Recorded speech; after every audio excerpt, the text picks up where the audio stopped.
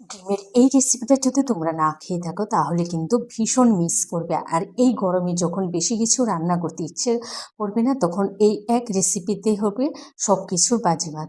শুরু থেকে শেষ পর্যন্ত আমার সাথে থাকো, ছোট্ট একটা ভিডিও। তো এখানে একটা আমি প্রথমে প্যান বসিয়ে তেল ব্রাশ করে নিয়েছি। এখানে কিন্তু তেল বেশি দেবে না। তারপরে দুটো ডিম নুন দিয়ে ফেটিয়ে একসাথে দিয়ে দিয়েছি। একটু বড় সাইজের করে ডিমগুলোকে দেবে, তো তোমরা চাইলে তিনটো একসাথে দিতে পারো। তো আমি দুটো করে ডিম দিয়েছি। এবার ডিমগুলোকে তোমার রুল করে নেব। আমরা যেভাবে পাটিসাপটা তৈরি করি ঠিক সেভাবে রুল করে নেব।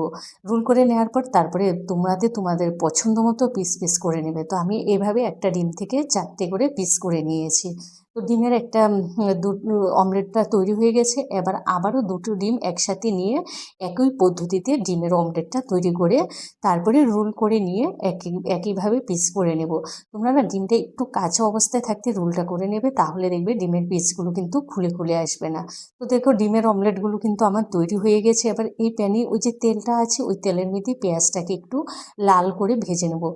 পেঁয়াজটা কিন্তু অবশ্যই একটু লাল করে ভেজে নিতে হবে, কাঁচা পেঁয়াজ কিন্তু ব্যবহার করবে না। আর তোমরা যদি না চাও তাহলে পেঁয়াজটা কিন্তু অ্যাভয়েডও করতে পারো, কিন্তু দিলে খুব সুন্দর একটা ফ্লেভার আসে। এখানে আমি নিয়েছি পোস্ত 2 চা চামচ, 1 চা চামচ নিয়েছি সর্ষে, 3-4টে কাঁচা লঙ্কা একসাথে পেস্ট করে নিয়েছি একটু নুন দিয়ে। তারপরে দিয়েছি হলুদ গুঁড়া। এবার হলুদ গুঁড়াটা দিয়ে ওর মধ্যে আমি দিয়ে দেব 1 চা চামচ দিয়েছি কাশ্মীরি লঙ্কার গুঁড়া, সেটা হয়তো কোনো কারণে মিস হয়ে গেছে। এবার ওই যে পেঁয়াজটা ভেজে রেখেছি সেই পেঁয়াজটাকে এর মধ্যে দিয়ে দেব। পেঁয়াজটা অবশ্যই তোমরা কিন্তু ভেজে দেবে, আবারও বলছি কাঁচা পেঁয়াজ দেবে না। 3-4টে কাঁচা লঙ্কা মাঝখান থেকে কেটে দিয়েছি, এতে সুন্দর একটা ফ্লেভারও আসে। এবার এই সমস্ত উপকরণগুলোকে ভালো করে আমি মিশিয়ে নিয়েছি। এবার ওই যে ডিমের অমলেটগুলোকে আমি তৈরি করে রেখেছি, সেই অমলেটগুলোকে সবকটা একসাথে দিয়ে দেব। আর গ্রেভিটা কিন্তু এখানে খুব বেশি একটা রাখবে না, কারণ যেহেতু এটা আমরা স্টিম করে নেব তাই বেশি গ্রেভির প্রয়োজনও লাগে না। তারপরে দিয়েছি 1 টেবিল চামচ সর্ষের তেল, এতে সুন্দর একটা ফ্লেভার আসে। দিয়ে ভালো করে সমস্ত কিছু মিশিয়ে দিয়েছি। তোমাদের কাছে ধনেপাতা কুচি থাকলে সেটাও দিতে পারো, আমার কাছে ছিল না বলে দিইনি। তারপরে একটা ঢাকনা দিয়ে ঢেকে দিয়ে উপরে আমি একটা হামানদিস্তা দিয়েছি। অবশ্যই একটা ভারী কিছু চেপে দেবে। কড়াইতে না আমি আগে নিচেই জল দিয়ে দিয়েছি।